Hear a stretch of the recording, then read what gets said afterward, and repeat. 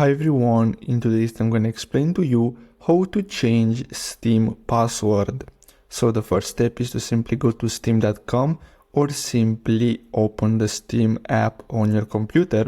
Then you're going to have to simply click on your account name and then simply go to account details. Now after that, what you're going to have to do is simply scroll down to account security and then simply click on change my password. Now after that, you're gonna get redirected here. We're gonna have to simply confirm your account. So as you can see, I have my email here. So you're gonna have to choose one of the available options. So you can have your phone number instead of your email.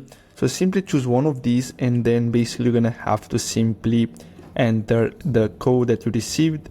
And then after that, what you're gonna have to do, so I'm gonna copy this code here, and then I'm gonna paste it here and then click on continue here. And now what you're gonna have to do is simply enter your new password and then simply click on change password, and that's all you have to do. So I really hope you found this video helpful. Don't forget to like and subscribe, and I'll see you in the next video. Thanks for watching.